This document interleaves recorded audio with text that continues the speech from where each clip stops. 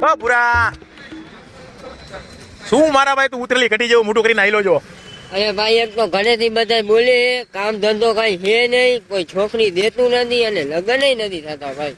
અરે મારા ભાઈ હલાવ માટે હાથ તો છે ને. સભ્યતા રાખીને બોલે ભાઈ. હાલો ભાઈ બાબા તું જી સમજાસી નથી કેતો મેં યાર, હું તને બીજું કહેવા માંગુ છું. આપણો ભાઈબંધ સુરેશ આવે છે જોઈ લે.